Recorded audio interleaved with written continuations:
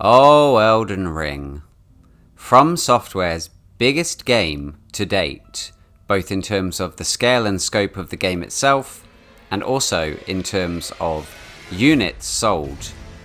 The biggest selling Fromsoftware game of all time, and also the biggest selling game of this year to date. Many Game of the Year awards, and we await with great anticipation for DLCs to come.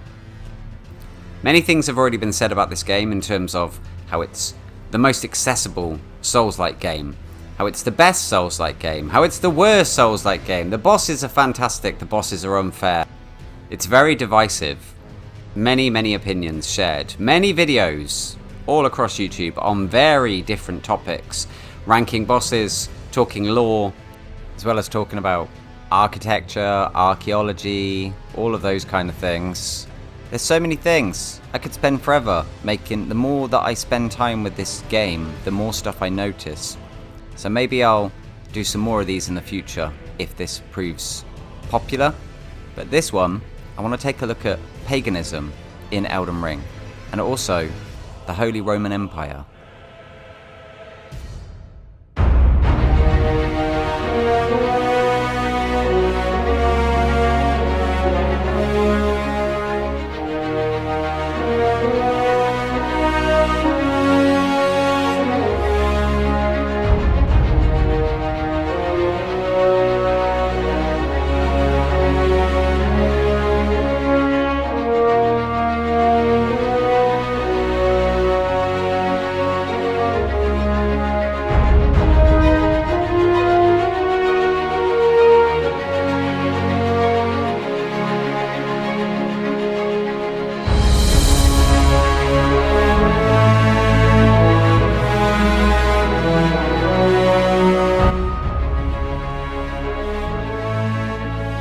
The Roman and associated religious imagery are prevalent all over this game from what I've noticed.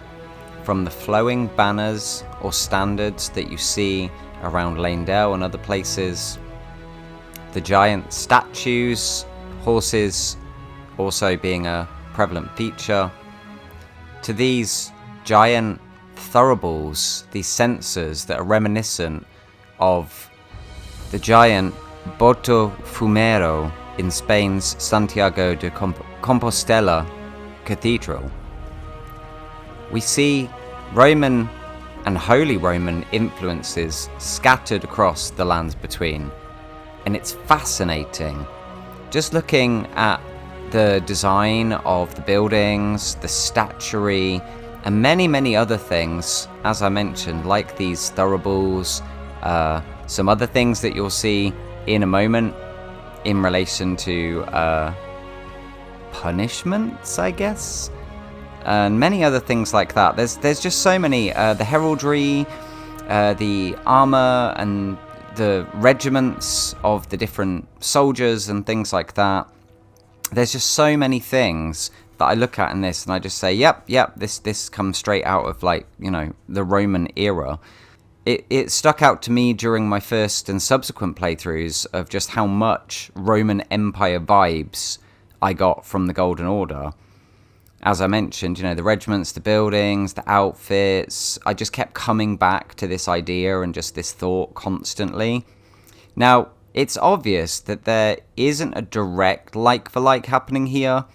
You know, like the Holy Roman Empire, for example, it followed one god. Once they adopted Christianity as their major religion, you know, they pushed aside their pantheon and they followed a monotheistic religion with the one god, which is prevalent in modern day Christianity. But there are definitely similarities. You know, looking at this, for example, crucifixion, everybody, you know, when you think of Christianity and stuff like that, there's a direct thought straight away to Christ and the way that he was, he was crucified. But crucifixion was used by the Romans to punish criminals and enemies of the state. It was also used as a visual reminder to the masses not to oppose or challenge the ruling authority, kind of like the Golden Order. So when you see these scattered around, you know, they're there to inform the populace, like, don't cross us, don't go against us, don't deny our will, our rule, because otherwise you might end up like this.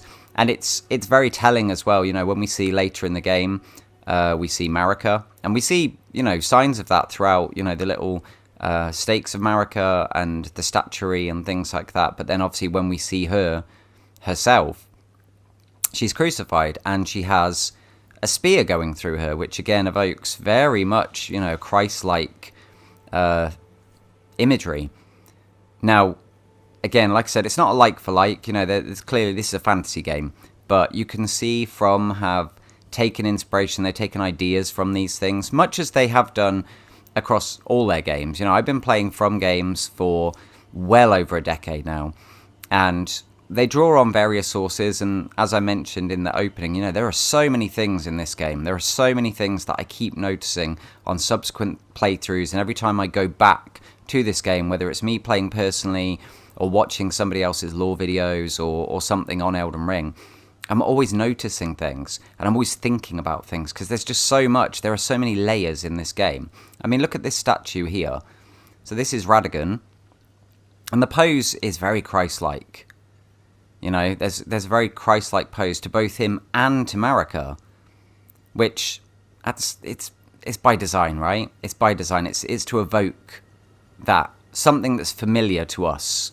It's looking at that in a world that is so removed from our world, with demigods and all of these monstrosities and things like that. There's all of this element of familiarity to make us connect.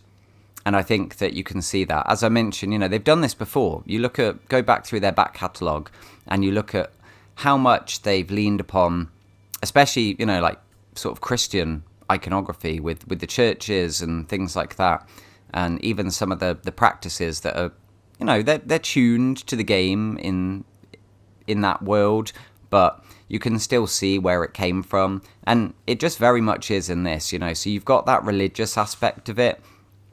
Not, as I mentioned, not so much in terms of the story.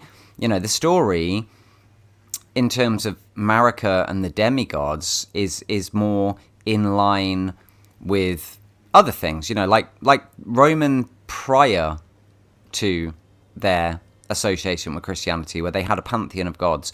Even the Greeks with all of their pantheon of gods, which again you can see in this. You can see that parallel to our world, where Greek culture was kind of consumed by the Romans, and you see that in this. You see the change in the architecture. I mean, I'm not somebody that's massively knowledgeable on that. I know some things. Somebody like the Tarnished archaeologist, for example, he goes into this kind of thing in probably a much more scholarly method than I would. But I've read, I know things. I'm educated. And I can see, the difference in the columns, the difference in the buildings, and you see a lot of that in like the, in the underground, in the Eternal Cities and things, and how that's all buried away. And then you see this architecture like you're looking at right now. Very, very Roman. The Romans, they implemented a lot of particular architectural designs, from arches to domes. And that's something we see a lot of with the buildings, specifically, in Leyndell. When we get to Leyndell, obviously with it being the seat of the Golden Order, we see more of that there than anywhere. But you see it, across your journeys, across the lands between. So, yeah, very much a clear inspiration from that kind of period of history and that design of buildings and things like that. And it's just fascinating, I might not be inventing or reinventing the wheel here with the things that I'm saying. You may have heard similar topics brought up in other videos and things like that, and maybe spoken about in a much better way than I'm doing, because this is the first time I've ever done a video like this. So please be kind. And if you like my ramblings, if you like my observations, the connections that I'm making, it would be fantastic to get a bit of feedback. Maybe leave something in the comments. Leave me a thumbs up as well. That'd be fantastic. And also subscribe to the channel. And if this proves to be reasonably popular. People like this. I have other ideas. I've got some other things that I've actually started working on that I'd like to release, and hopefully people will like them. But anyway, ramble aside, self-promotion aside. So yeah, I mean, you just have to look at things like this statuary right here. I mean, you look at, for example, the Pantheon and the Trevi Fountain. Unfortunately, I can't give you images to compare because I'm recording all of this on my PS5. My PC is not really up to scratch currently. I'm working on that, so hopefully I might be able to maybe redo this video in the future where I can add pictures and things alongside it. But, you know, quick look on Google. While you're watching this, you can see alongside it. Look up the Pantheon. Look up the Trevi Fountain. And see how similar the statuary, the designs of the buildings, and you know, the columns, the pillars, the arches, all of these things, just how much they evoke that same style. Very, very clear. But now the other thing that's very pertinent to all of this, it's not just visually, it's not just how it looks, but it's also in terms of historically. Now, if you look at history, I mentioned at the beginning about, you know, paganism and stuff like that. Now, when the Holy Roman Empire was expanding its hold across Europe, obviously it came up across other religions, other belief systems, other peoples, and it, as I mentioned with the Greeks, you know, it subsumed it. It took those in, it absorbed them, taking elements of them and ultimately replacing them. And it did the same thing with Druidism, paganism, you know, Celtic traditions, which run very much through the center of this whole story. When this game first got announced, you know, the first things it said, it was like, you know, it was drawing from like Celtic and Norse kind of themes and mythology. And, you know, that's a conversation for another day. There's a lot of that, and there's a lot of things to talk about in relation to that. But in relation to this video, the parallels between what the Romans did and what's happening here with the Golden Order, you know, the Golden Order established themselves, and then wanting to become the ruling system within these lands, they set about conquering. And we get that, you know, as we travel around the lands, we get the information, we get the history, Melina tells us different things, and we get snippets of what happened in the past, of how Marika and her forces expanded their reach across the lands between, how they went here, there and everywhere and warred with different peoples, different tribes, and they eventually overcame them and took over and became the ruling force across the whole land. And that's pretty similar to what the Romans did. You know, they set out, initially they had a little bit more tolerance. They would allow other societies, other religions, other peoples to kind of live within their system. But when they really got, you know, ramped up with their expansion plans, they wanted to just, you know, overcome everything. And in line with this game, you have the whole conflict with, you know, with nature, with the natural world, with the older civilizations, the eternal cities, all of the things we see, the ancestral followers. And we'll get onto that once we get through this, because at the moment you're just looking at more examples of me saying, look at all the Roman influences. So tangent for a second. These shields, armor, again, I can't provide side-by-side pictures to show you how they are like real Roman things, but again, quick look on Google, you can see the design of the shields, the shape of the shields, the design of the armor, the way the heraldry is upon them, the way, you know, the different pieces of the armor are designed. They are very, very alike when it comes to, you know, Roman centurions and the battalions of Rome in general. So I thought that was very interesting too, the fact that you see, even down to the outfit choices, it's evoking the Roman Empire. So getting back to the sort of the quarrel between the Golden Order and the races, the beings that existed prior to their rise, you can see that right here. I mean, look at this. You've got demi-humans who are a throwback to an older time, and they're warring, with these soldiers, that are representative of the Golden Order. The clash between two opposing cultures is still ongoing, even during our time in the game. There's so much history, so much stuff has happened. We find things out, from the item descriptions, through little snippets of dialogue, and just observing the world in general. If you're observant, that's one thing that From really does. They do a lot of great visual storytelling with the world building and just looking at the environment. But here's an on-the-nose look at that right now. These two factions warring against each other. This war is still ongoing. And obviously the Crucible. The Crucible, again, is a topic for another day, going back to an older time. A time earlier. A time that's more primal. It's related to the primeval Crucible, which ties nicely into our transition into this.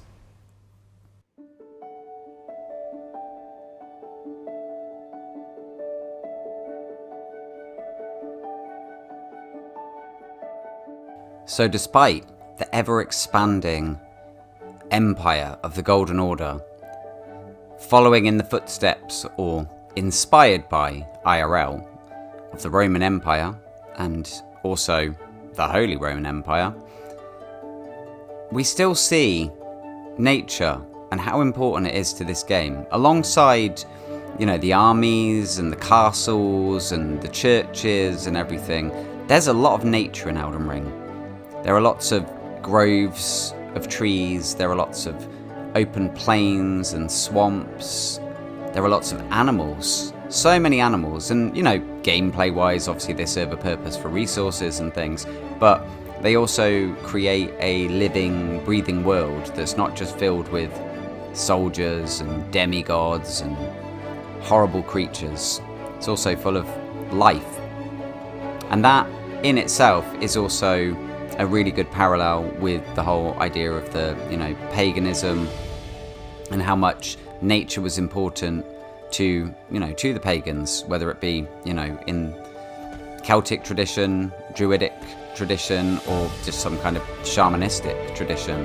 That everything about the natural world, from tree worship, as we see with the ancestral followers, that they're doing their funny little dance where they're trying to bring about, sprouts, saplings, new growths, new life, and the way that they live alongside and in harmony with nature. You see them, they clearly live off the land, which is also something that, was done by those traditions in the real world. They hunted animals, they sacrificed animals, they used animals to worship. But they also revered the animals. They lived amongst them. They cared for them because they saw them as an embodiment of various deities, and just the concept of, the spiritual world, I suppose. The underworld in itself is fascinating in Elden Ring because it's not only a bastion for these cults, these sects that still exist despite the Golden Empire, or the Golden Order, the Golden Empire. That's what we're going to call it now.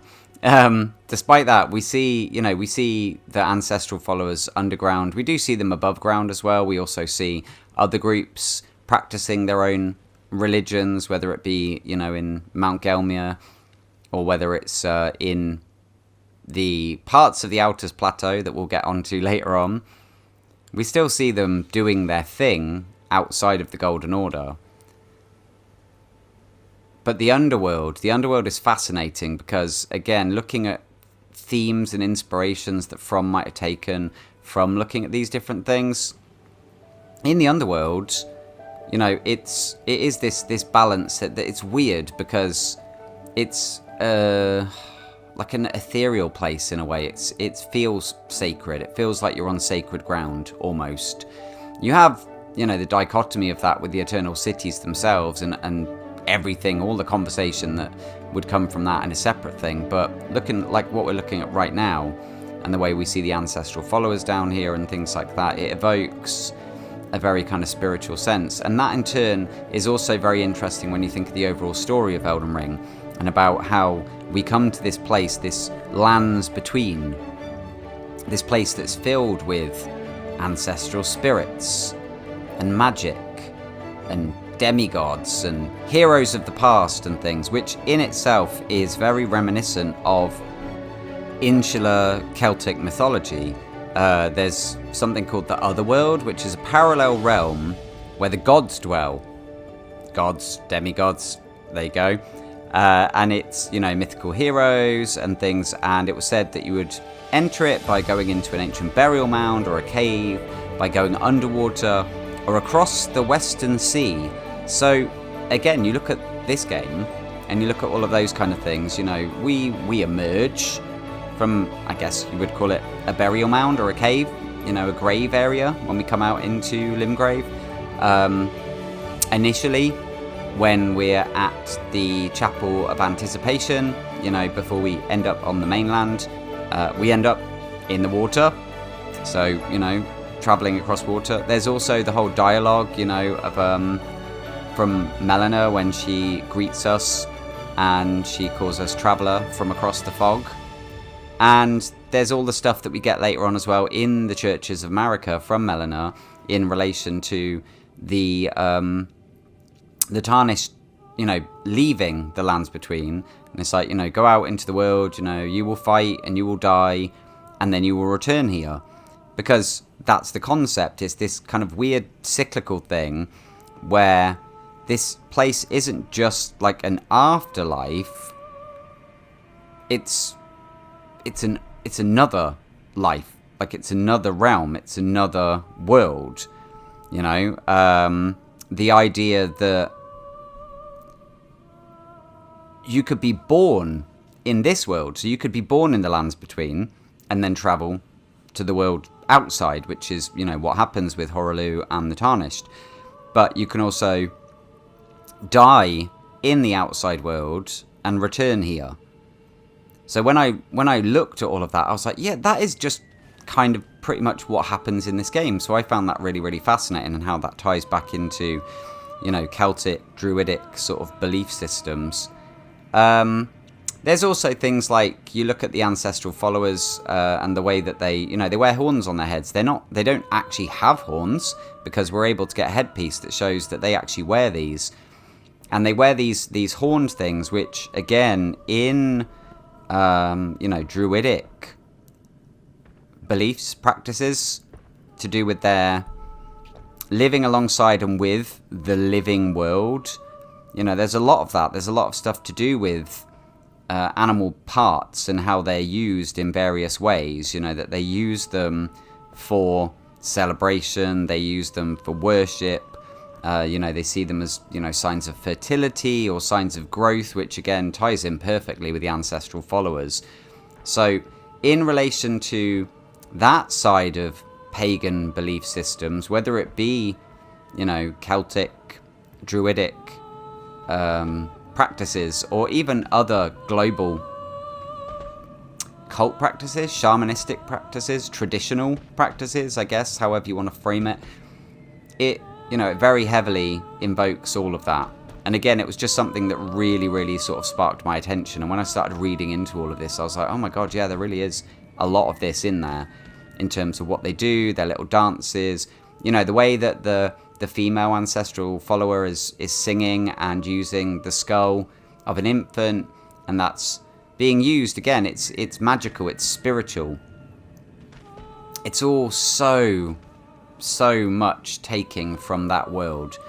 So, we look at the mythology and the inspiration for the story and things like that, but when you thematically look at the world and you look at just these things that From have put into the game in terms of world building, how much they've taken from all of these cultural beliefs, these practices, and it just adds so many more layers of richness to this game, I think, when you really stop and go, wow, yeah, these are things that people really did. This isn't all just fantasy. It's not all just made up. They've adapted it, obviously, for their own means, but they've taken from things that really existed, or in parts kind of do still exist. And this was the thing as well, going to the conflict between the Romans and these groups of peoples was that even with the expansion of the Roman Empire, these people were still doing their thing. You know, they were still opposing the Romans, they were still practicing their belief systems, and we've seen a resurgence of that in the modern day. There are many people now that are following these ancient traditions and stuff. So despite the fact that the Romans came along and they basically swept everybody out of the way, and even more so, you know, when they became like the Holy Roman Empire, when they converted to Christianity and they stopped really allowing other people to exist alongside them because they were seen as heathens and things, people still did their thing, and these belief systems still existed. So you kind of imagine, if you were like theorizing of the future of the lands between, that maybe that would happen in this game as well. These things might eventually peter out, these small groups, but then they might come back again at one point in the distant future,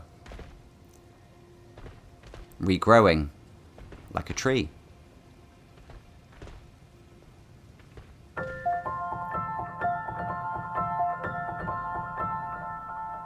So, Dominula and the associated windmill villages that we discover on the edge of the Altus Plateau. Interesting place. You get there and you kind of go, oh, well, this is a bit different. You know, it looks kind of lovely. There's flowers everywhere, and these crucifixes, you know, these stakes of Marika looking things. They're all covered in flowers, and you've got all these jolly ladies laughing and dancing, and they're having a lovely time.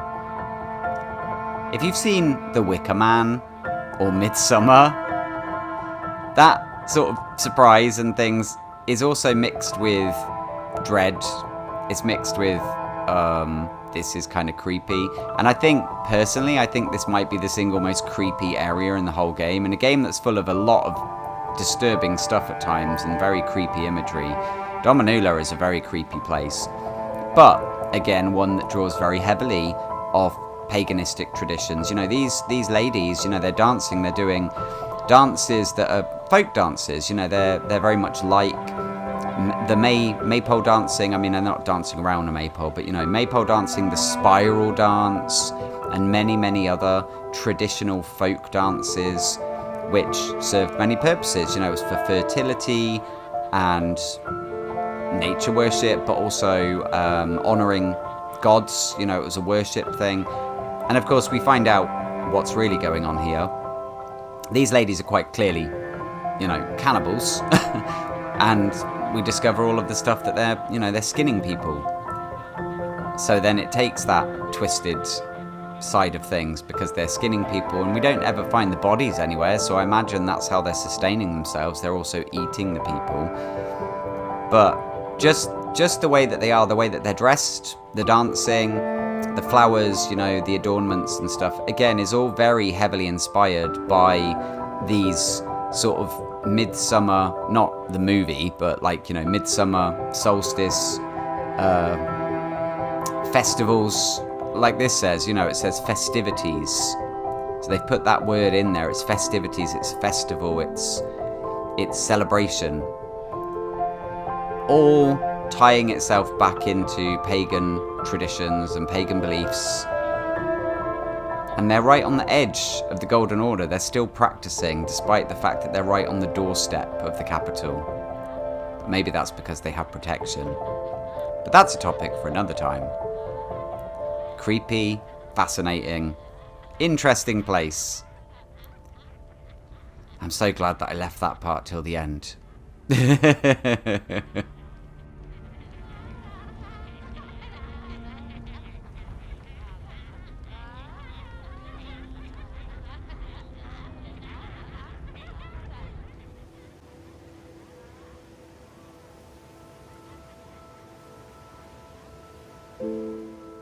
We tie things together now with the natural world of pagans and Celts and Druids, and also with what we talked about with the Golden Order and the Holy Roman Empire analogy. Eagles. Eagles were extremely important to the Romans. They were seen as the bird of Jupiter, and they were used as a symbol of strength, courage and immortality. And we see eagles all across the land and across shields and various things in the lands between. we also see wolves. Wolves are everywhere. Everywhere you go in this game, there are wolves. You come across them out roaming the world, you find them in caves, you find them defending places. They have a huge significance in this game. We have wolf attendants. When we look at Rani's shadow, Rani's protector, Rani's half-brother, Blythe. And also, you can see that in Malekith as well. Although, whether he's a wolf or not, I don't know. He's definitely got that kind of similar appearance to him. And we also get 3 wolves that are our very first summon. The very first summon that we are granted. Well, if maybe you could find others, I guess, before that. But the first ones we're given are 3 wolves. So wolves are very important in Elden Ring. And again, it makes sense. It ties in with the real life thing that I was talking about with the Romans, because the Romans held wolves very, very, very highly. They were seen as, they had great cult status, and they were seen as a sign of strength. And they even had their own festival in their honor, Lupercalia, which was, which was there to honor the wolf and make a big deal about the wolf. They were also associated with the god, with Mars, and they played a very special role in Roman culture. There's a particular story that relates to wolves and Roman culture that I'll get onto in a minute to round this video out. But yeah, it's just, I just thought it was a nice way of tying the themes together, because wolves, eagles, part of the natural world, they're seen prevalently throughout this game. So they sort of bridge the gap because they also have close ties with the Golden Order / Roman Empire. So I thought that this was a good way of sort of tying things together for the end of this video. I hope you've enjoyed it. It's been an interesting thing to make. As I mentioned, I've never made anything like this before, so it's been an undertaking. Getting all the footage, cutting it down, trying to make things relevant, trying to find interesting tidbits to talk about, and tie things in together with the game, with the observations that I've made. And yeah, I would really be interested in hearing your thoughts, and if you would like to see more videos, like I said, I have more ideas, more things. I'm already working on something else, but let me know if you'd like to see those things as we look upon the best character in the game, Blythe. So finally, in Roman mythology, there's a story about the foundation of Rome. And again, it's very interesting because look at this. Look at this statue. Now, this is something in the game that we know very little. We know nothing about. Maybe the Shadow of the Erdtree DLC expansion will shed some more light on this. But for now, we can speculate, we can theorize. We can look at this and imagine, who is that person in the middle? There are 3 wolves, that ties in with the spirit wolves that I mentioned before. But who is this? I don't know. But it's important, I feel, in a way, because in Roman culture, Romulus and Remus were twins who were found abandoned by a wolf, and they were raised by wolves. So, they were suckled as infants, and the wolf cared for them and treated them as their own. And they grew up to make wolves very, very important. So again, tying in with the fact that wolves clearly are important in Elden Ring. Romulus and Remus grew up to found Rome. Maybe the person here grew up to be the founder of the Golden Order. Just observations, just things that I noticed, and the fact that, Fromsoftware may very well have looked at these things, looked at these myths, looked at this history, looked at this symbolism, these themes, and tied them all together. Thank you very much for watching. I hope you appreciate what I did here. I hope you enjoyed it. Maybe you were educated a little bit. Please leave a like, leave your comments, and subscribe to the channel if you haven't done so. Check out my description box for a bunch of links, including my Twitch link. And once again, thank you very much for watching.